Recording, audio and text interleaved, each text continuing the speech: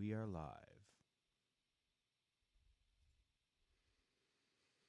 Welcome to Wednesday Night Live. I am Jimmy, and I am getting this set up for Instagram and YouTube in the current moment.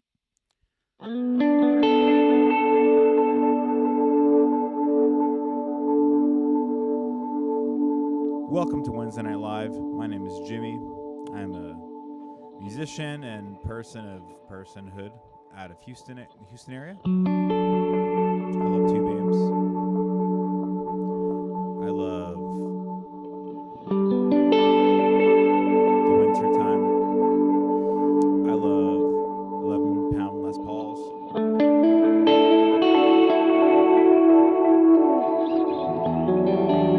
Most of all, I love having a good time.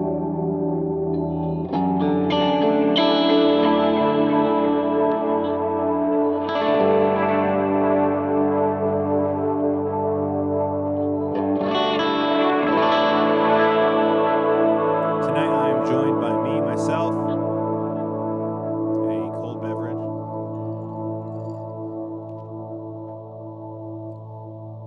We are living in the effects of post-Hurricane Beryl.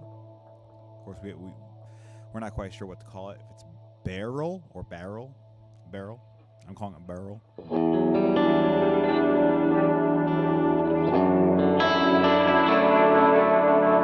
Honestly, I did not expect to be here tonight due to the storm, but here we are in full glorious stereo. If you are listening on YouTube, you will see the audio is in stereo.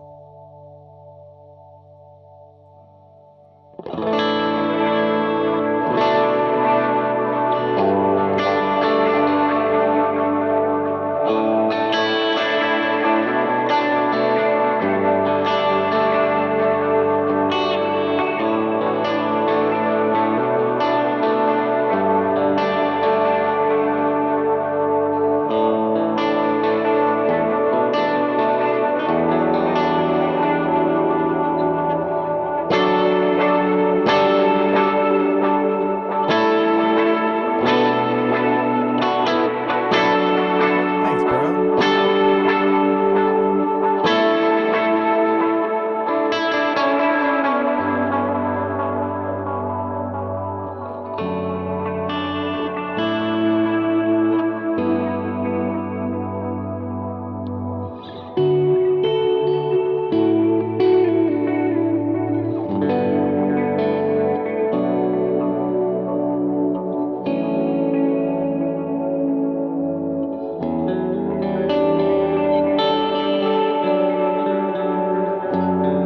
Jay Sims. Yeah, I saw my daughter was behind.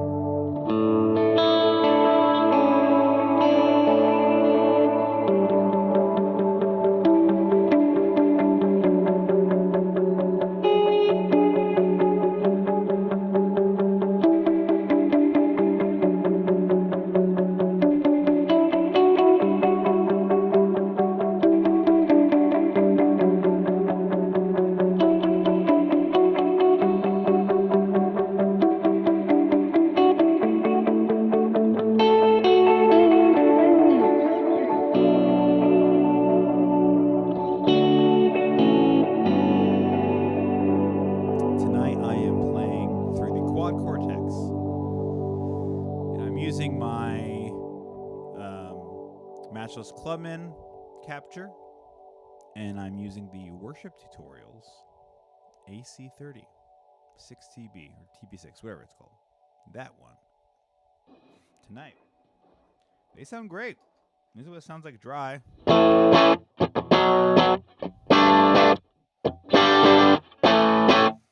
Killer combo. It's what I'm using at church lately, actually. Sims, yeah. I mean, they're classic headphones. I mean, they're a little bright, but yeah, they're definitely a staple. They are classics for a reason. That's what I'm trying to say.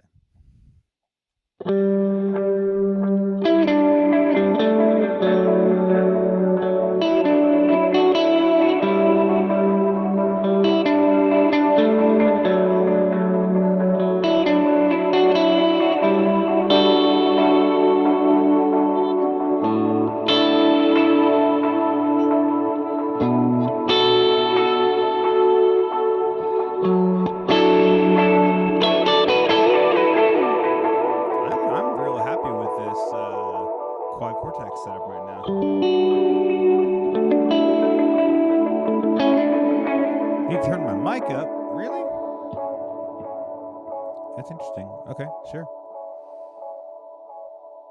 I mean, in fairness, I was also talking over my guitar. Let me see. I am going to...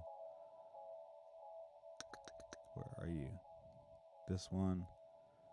I'll bring the gain up a little bit. So what I'm doing is I have it going into my compressor, which is a Empirical Labs Distressor. So let me give you some more output on that one. That should be more than enough. I'm actually going to turn down my ears now. That should be better. Using the hardware distressor as a limiter. Because hardware is dope. Thanks for the YouTube comments for letting me know. Let's see, Instagram frequencyco.fw said quad only. Yes. Well, yeah, it's at the moment. We just got power back today from the hurricane, so not much else. Lopez Pardue on Instagram said, was that an analog delay? No. That's the LVX.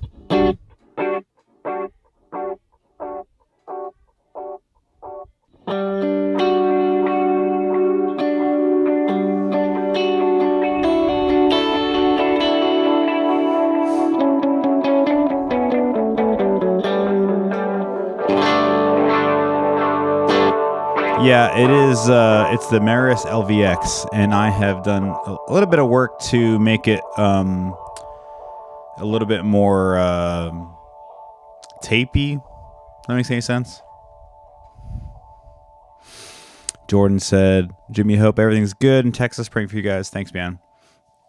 So for those of you who live under rocks, South Texas was hit by we were hit by a hurricane that I was not worried about, and maybe I should have been worried about. It was a Category 1 Hurricane Beryl, whatever you want to call it, and yeah, it was gnarly. We lost. I mean, most of the city of Houston, about 2.5 million people lost power for the last few days, and probably about 1.5 million of them are still without power.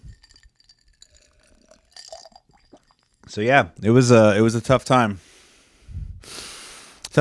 We were without power for almost 2 days. We got it back this morning, and we were using I have a generator for the whole house, and so we were using that to basically power our fridge and freezer, and then we got an AC unit that we put onto the window of our master bedroom, and the whole kit, all the kids, family, dog, and all that kind of stuff. We all slept in there. And yeah, it was tough, man. It was tough. Don't wish on anybody, especially since there's a lot of people still without power. But yeah, it's all that for a Category 1. Just it's kind of surreal because I was born and raised in South Florida where hurricanes are extremely common, and a Category 1 we would have not been worried about in the slightest. And maybe that's just being a kid and not being a grown up, right? So I mean, maybe my parents were always worried about it, but yeah, here we are. Anyway, we're past it. My house is currently past it. My neighborhood is currently past it. Lots of wind damage, lots of trees down, all that kind of stuff. It was weird. Very, very strange situation. Anyway, Frequency Co. said, have you tried the Chroma console? No, I've not tried it, unfortunately. I'd like to, but unfortunately, I went a different direction with effects like that. I ended up getting the Endorphins Ghost instead of that, which is really, really cool. I still kind of wish... It's funny, I have my smaller board right now, and that's fine. But every once in a while, I still find myself kind of missing the big board. So, I don't know. Maybe I'll make an auxiliary rig and have all my weird, fun, out there stuff on it. See, Lopez says, I have it. Okay, about the Chroma console, nice. It's really nice for lo-fi vintage sounds. The colors just sound quite a bit. Yeah. I saw a video today on YouTube. It was Andrew Masters' video, one of his studio tour videos, and the guy had it in his keys rig. And I was like, that sounds kind of cool. He had all of his keys run into a mixer, and then on the mixer there was a stereo aux for effects that went to the Chroma console, and I thought that was kind of cool.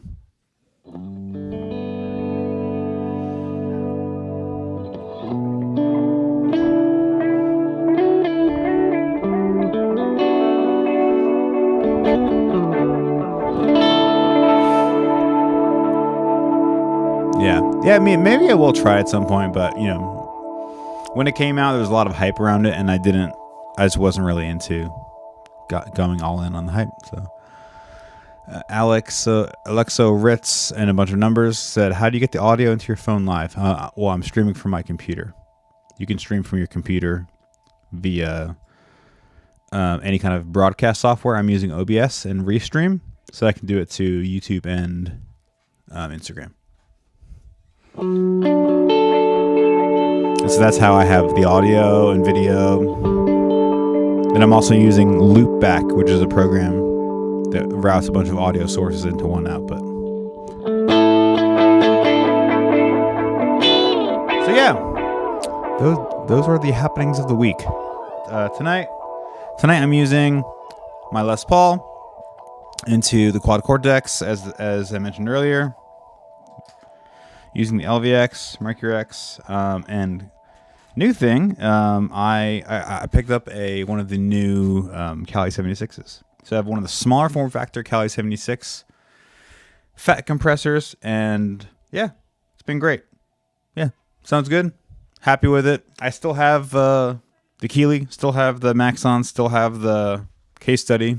Just wanted the Kali back. Actually, the main reason why I went back with the Kali is because internally it jumps the voltage up from 9 volts to 24. And that was something that I was kind of looking forward to, having some increased headroom. So.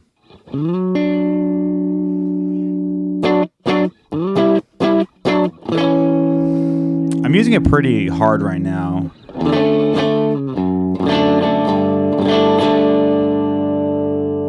And funny enough, I'm literally just using one of the manual presets.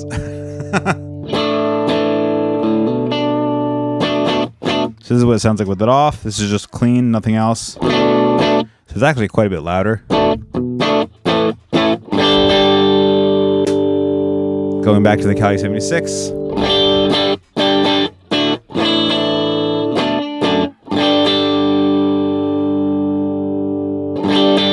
Yeah. I'm happy with it. Yeah, so after that, I have the Nordland ODRC, which honestly I mostly have for kind of lower gain stuff.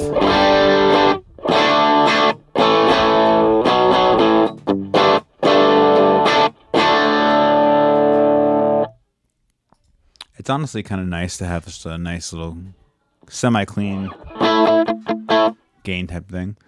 Alexo says, how do you play audio at live shows at your church? I've been really learning to lean to YouTube, but there's nothing. Hold on. How do you play audio at live shows in your church? Well, how do I record live audio? That's simple. I just I get the multi-tracks from our broadcast team afterwards. So I get video for my phone. Just set up on a tripod, and then after that, I get the multi-tracks, mix them down, and that's what you hear. What a lot of guys do is they'll use like a headphone splitter and record that to a small camera or to like a little audio capture thing in their phone. You can do that too. The reason why I do it this way is I don't like making videos that have click in them.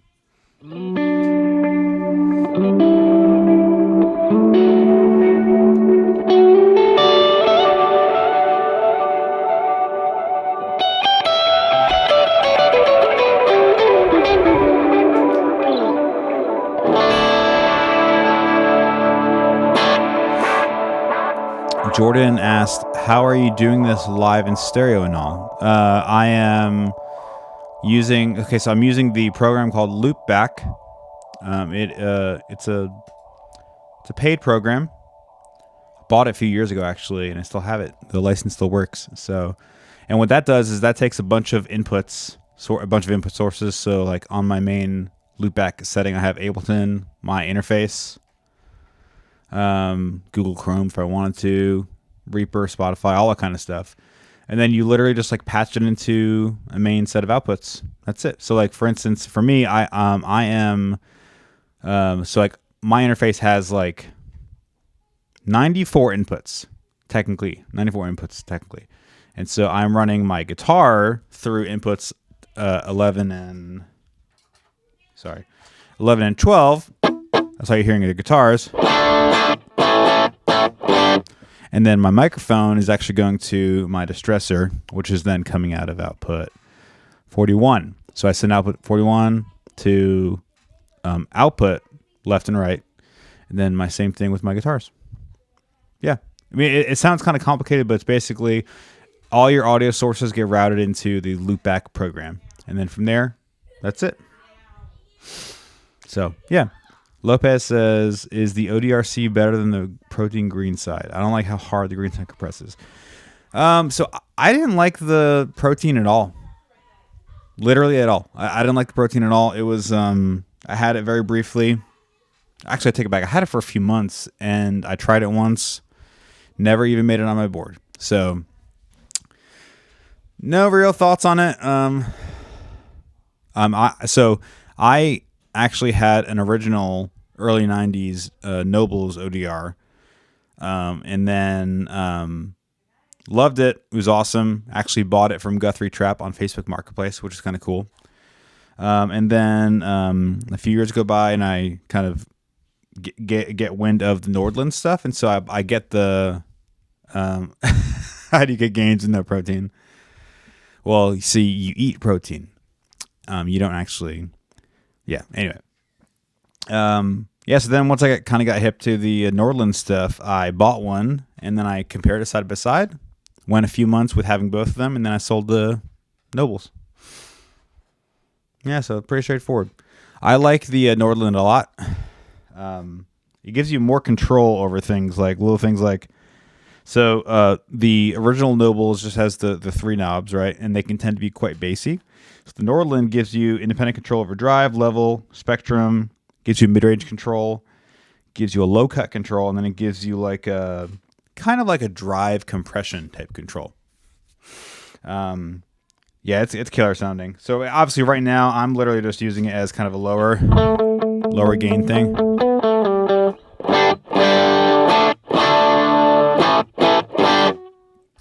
Which honestly, I guess, I mean, I wouldn't say I'm using it as a transparent drive because I don't think it sounds transparent necessarily, but definitely for low gain type stuff.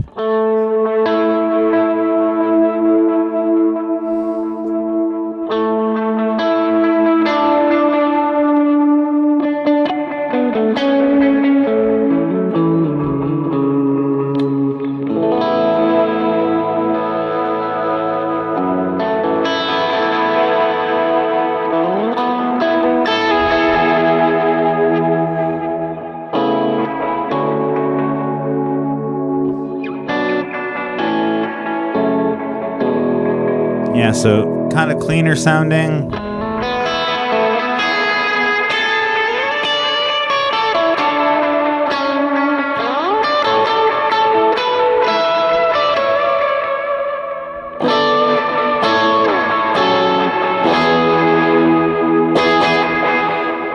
Yeah, I mean, especially when I'm running into my actual amps, it's perfect.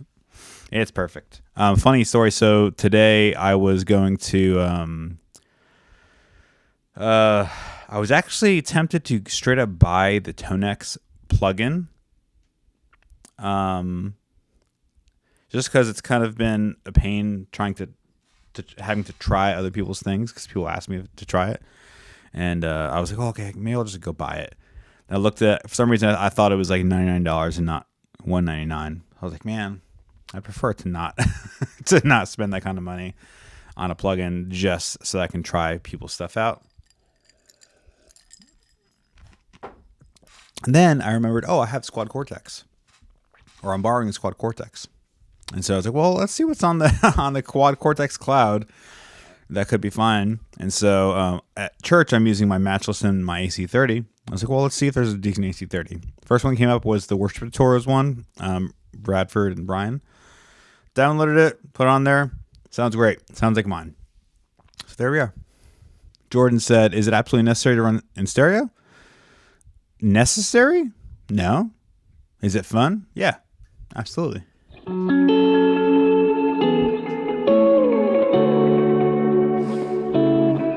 I'm not very pragmatic about it. I just like it.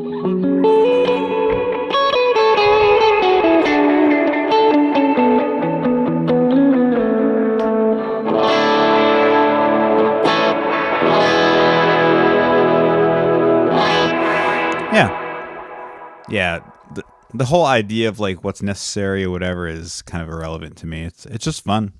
I like it, especially when you're playing live. You know, if I'm recording at home, I almost always record mono. That way you get a little bit. Like when you pan things, it can be more accurate in stereo field rather than like the possible phasing issues you might get with your effects in stereo. Now, if something is requiring a dedicated stereo thing, I might do stereo, but otherwise, when I'm recording at home, I'm gonna do mono, and then just pan them accordingly as I'm mixing. So after the Nordland, I'm running the case study effects Aspen. And that sounds like this.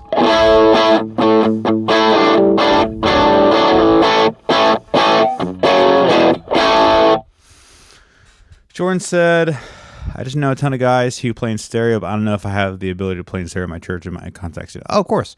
I mean, it's all up to your, what your venue, your church is able to do. If they can't or they don't, then don't. There's no peer pressure. That being said, if you have the ability to, and your church is okay with it, and especially if you have the infrastructure for it, and you can actually do, run real amps, do it. Absolutely. It's a freaking blast. Lopez said stereo is more sick. Yes, that's it. More sicker. What's up, JD? How are you, man? Welcome to Wednesday Night Live.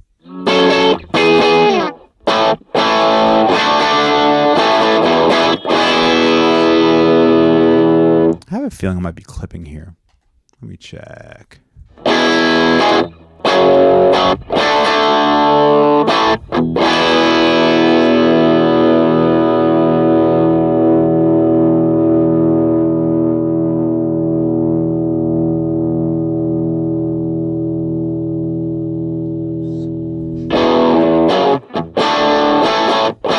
That should be better.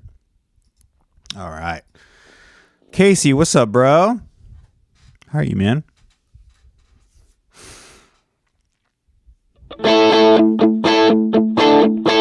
Thanks for your video the other day where you showed using the gravity stuff. Hope y'all are enjoying those. Those are fun. I like doing them. JD, I'm doing all right, man.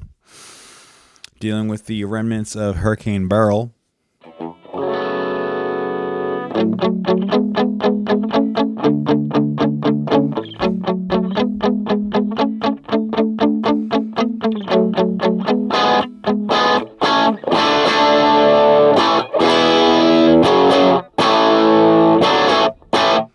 Yep.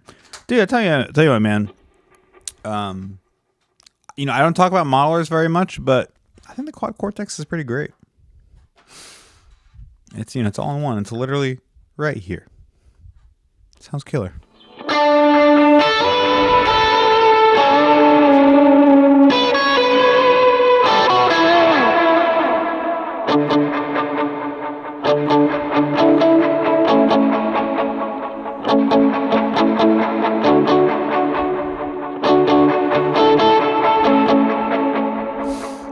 I should play the chorus of praise just for the fun of it. Yeah, I do have a preset for it. Let me see.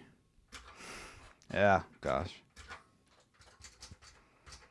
That is going to be, I think, this one.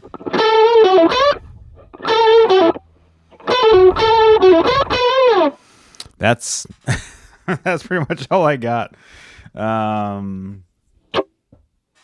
No, hold on a second. I want to say, I don't think, let me see. No.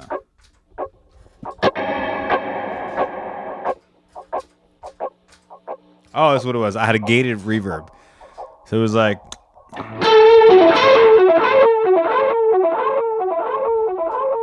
don't even think I need the delay.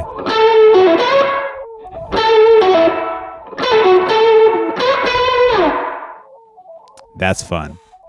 Yeah, so that's the rotary sound on the H990. It's called Big Rotary. Then I have a gated room reverb.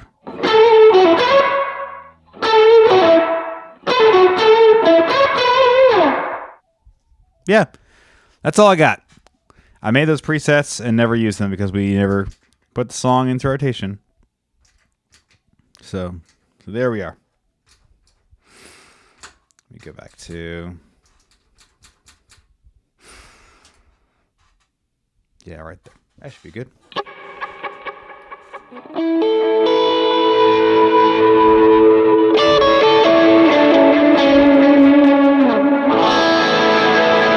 What's up, Ethan? How are you, man? Ethan Marsh joined too. Ethan, you just got power back too. Congrats. The chorus praise. Wait until you tried the Octo Cortex. That's funny. Yeah, dude, the new gravity presets are great. All three are great. Awesome. Thanks, man. Yeah, I mean, feel free to use them. Well, I'm hoping to get some more. Obviously, it's great if there's not any critical feedback, but if there is any critical feedback, feel free. I'm here for it. All right. Let's see. What's changed since last time we did a full stereo Wednesday Night Live? Okay, so obviously the Kali 76. I also added the Solo Dallas Storm underneath the board because I'm, running out of room and not willing to sell the Mastermind PVC yet. So I actually, what I did was I saw a video of Kenyon talking about where he placed the Solo Dallas Storm in different positions, pre-drive and after drive. And I kind of liked what he was doing when it was after his drives. So, so I placed the Storm after my drives. It's the very, very last thing before I go stereo. And it sounds like this. So, so this is my dry tone. Sorry. This is my dry tone with just the amps and compression. This is it with the Solo Dallas at the very, very end. So it's actually very, very little bit of gain, but I am using the limiter on it, so it's kind of acting like double compression. So it actually works really well for slide stuff that I found.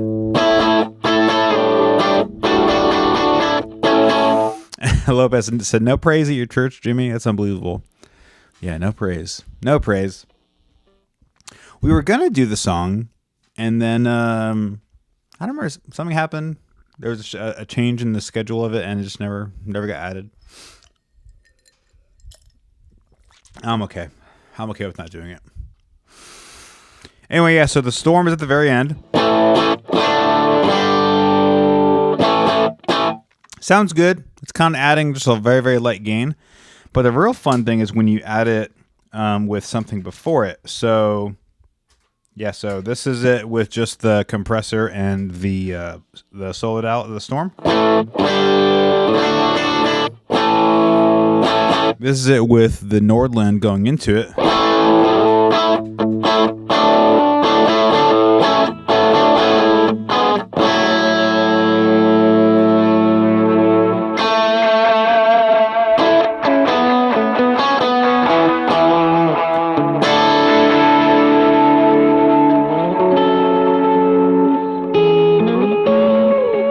What I'm finding is that it kind of adds a nice little top end shimmery type thing.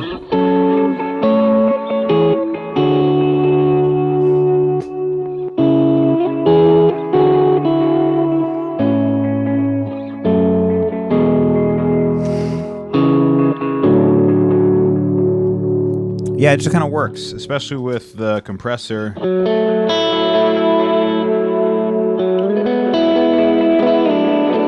So basically, kind of the idea of it is that it's a last ditch effort to cap the level going to my amps.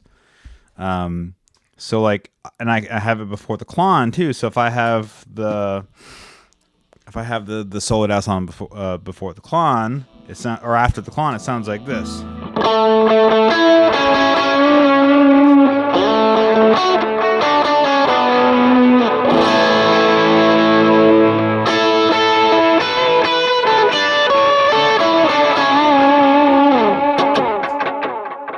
This is what the Klon sounds like just by itself.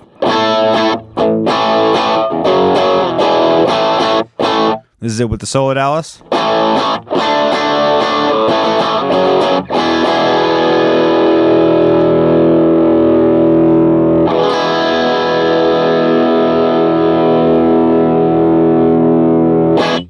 Yeah, it works. I like it. This is it with the Aspen, but going before the solo, Dallas.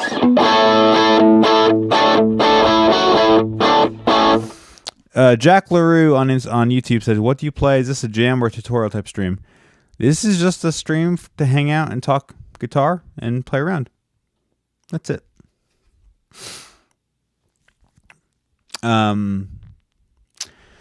Casey said, "No more case study studio comp." I still have it. It's just not on the board currently. Yeah, not on the board currently. What I'm finding is compression is one of those things that tends to be kind of a revolving door with me. Like I still like the Keeley, still love the Keeley. In fact, I don't really see anything wrong with the Keeley. But I did want to retry the Cali 76 again, especially knowing that it goes from 9 volts to 24 volts internally, so you get increased headroom. The studio comp was great. I found the controls to be a tad finicky though. And it's more of a user thing rather than a pedal thing. Like it definitely does what it's intended to do. I just found that the controls can be a little bit more sensitive and kind of temperamental. Like, a slight change could be pretty drastic. So, yeah. So I still like it. It's right there in a box.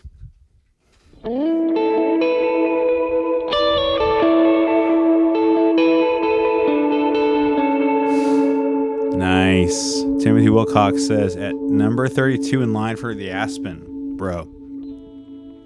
I'm happy for you.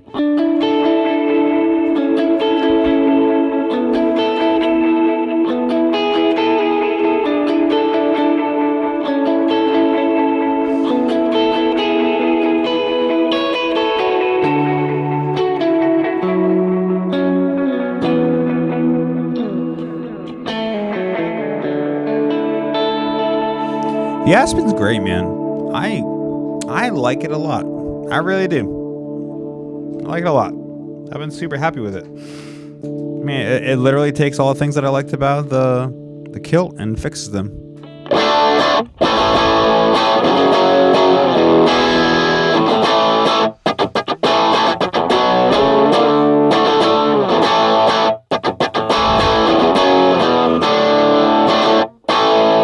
Yeah, love it. Jordan says, you're in line for the King of Tone. You'll get it in like 6 years. Bro. I got mine in 2012 or maybe 2013. Can't remember. Had it for over 10 years. Love it. Not going anywhere. I'm also not going to sell it for $1,000. If for some reason they ever go for $10,000, maybe I'll consider selling it. But at that point, my next name up on the list will come up, and if I have to pay $500, $600, I don't really care.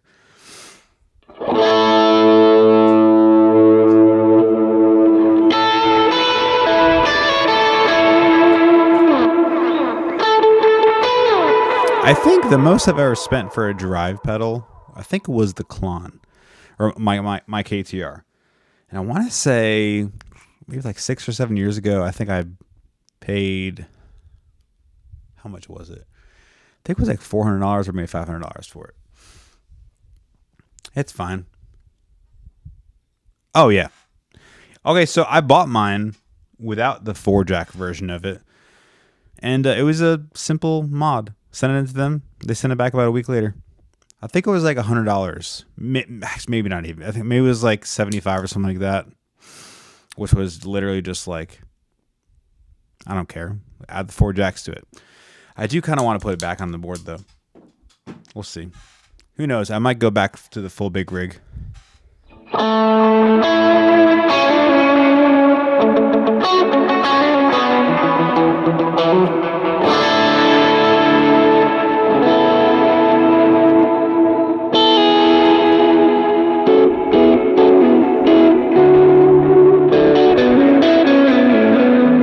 Ethan, yeah, absolutely, dude.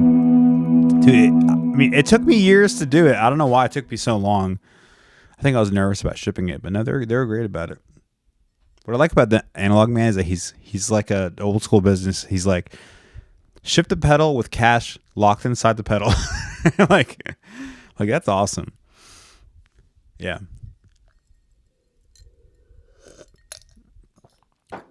Yeah. Well, the funny thing is, mine was $250 or maybe $225 when I got mine.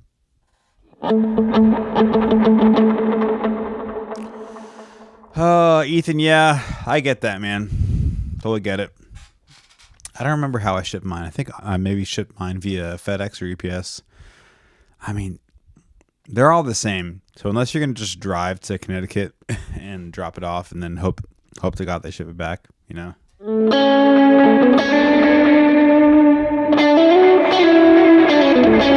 Oh, yeah. Avid Design Creative said it was the same thing when you had to ship when you had him fix your Tim. It's so funny, but honestly, I get it. I totally understand. It's like, hey, you don't have to worry about checks bouncing. You don't have to worry about all this kind of stuff. Just cash in the pedal. If there's no cash in the pedal, then you don't get it. No mod. I love it. It's great. And obviously round up to, like, you know, if it's like $76 and blah, blah, blah cents, give him $80. He's a freaking legend. Analog Man is based in, I think, Bethel, Connecticut.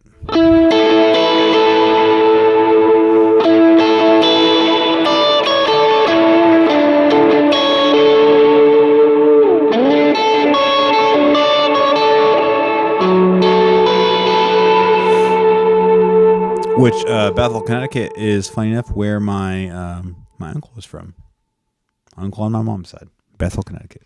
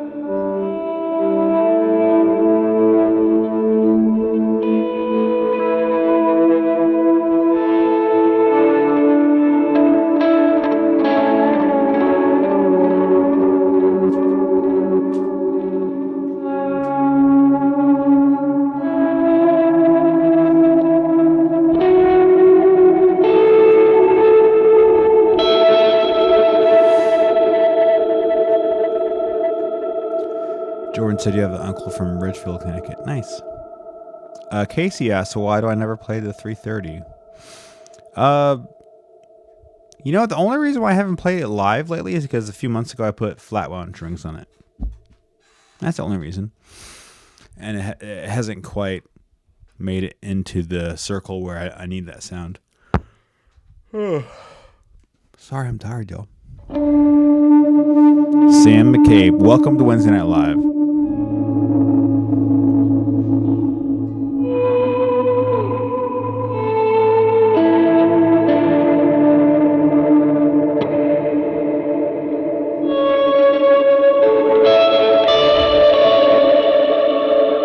That's a cool sound. It's a preset in the LVX called Curved Space.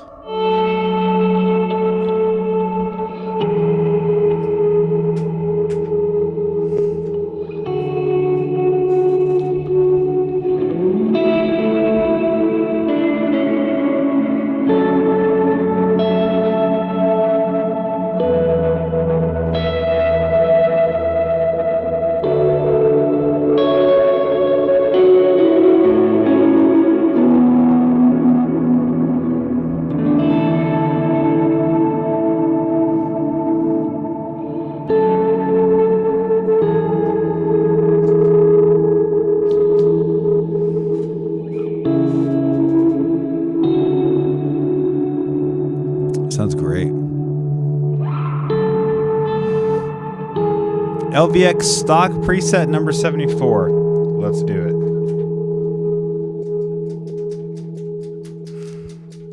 back up.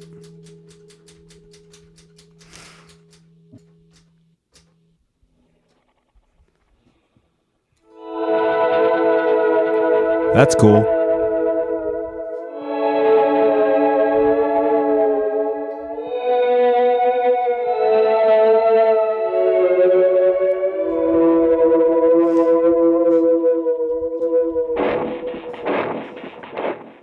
Love it.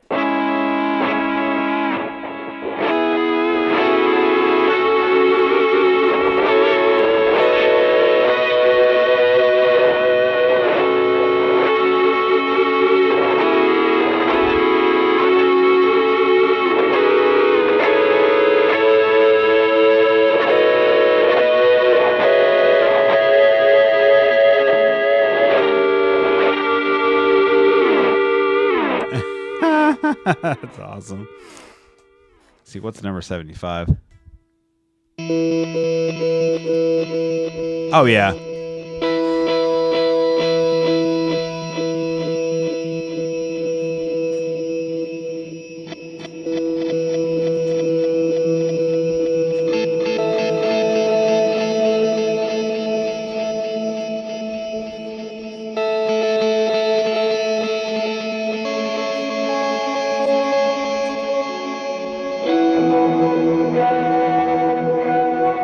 This is why I love the LVX.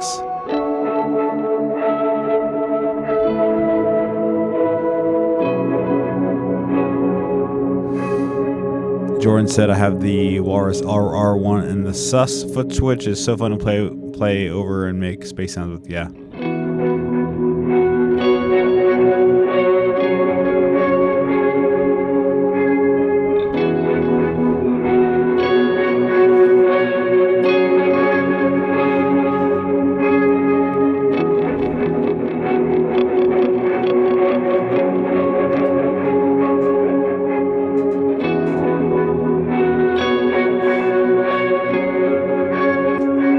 That's so cool.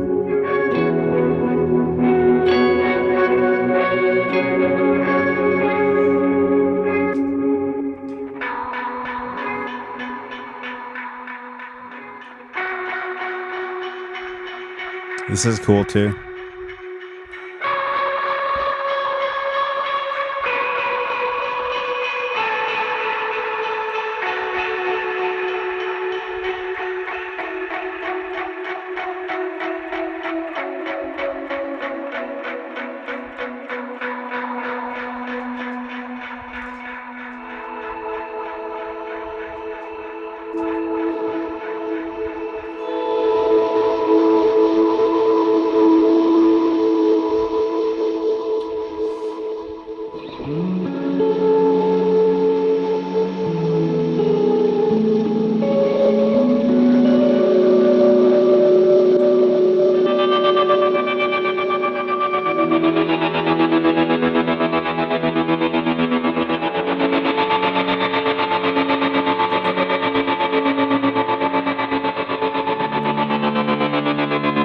I like that a lot.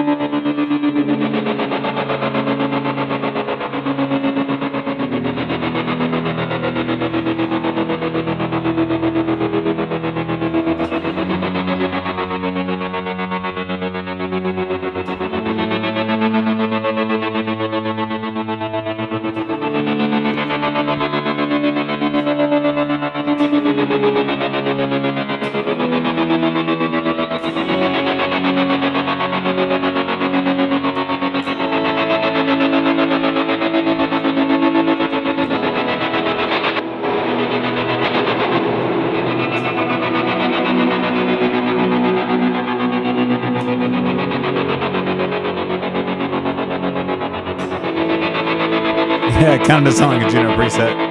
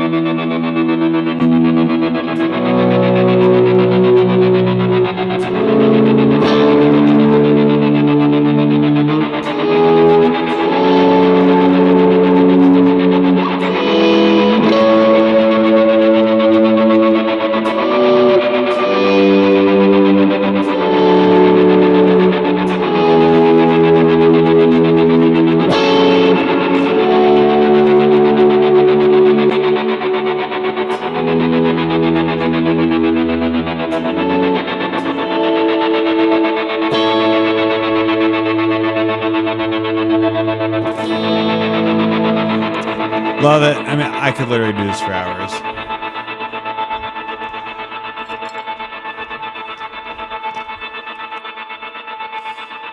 I'm going to use that this weekend.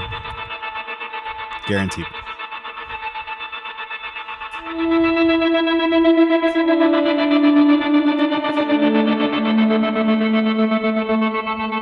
Yeah, guarantee you can use that.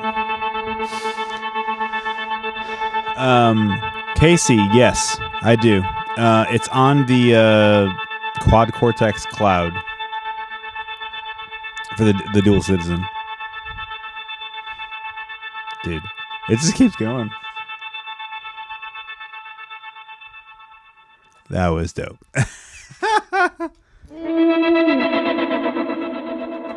That's so cool.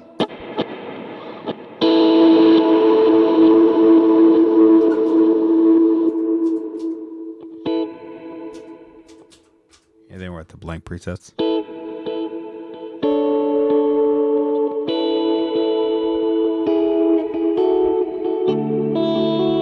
Anyway, yeah, Casey, just go to the Quad Cortex Cloud thing, search for Jimmy Riggs, and you should see, see my amps. You'll have the Clubman, the Bassman, and the, oh my gosh, and the Dual Citizen. I mean, granted, in fairness, I've not done a whole lot with the Quad Cortex. I've literally just captured my amps. And so it's just like one amp block. It's nothing else. Like there's no different speakers or different effects. It's literally just the amp. So if you want like an amp solution, sure, give it a shot.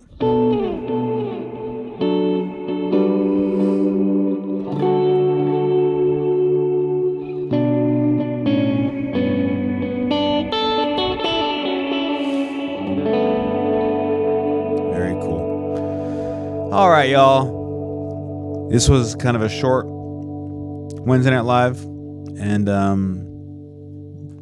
honestly, I'm tired because of the hurricane and having to deal with no power in the house. So I'm gonna head out, but for the next few minutes, I'm gonna play around, jam out, and see you guys on the next one. Have a good one.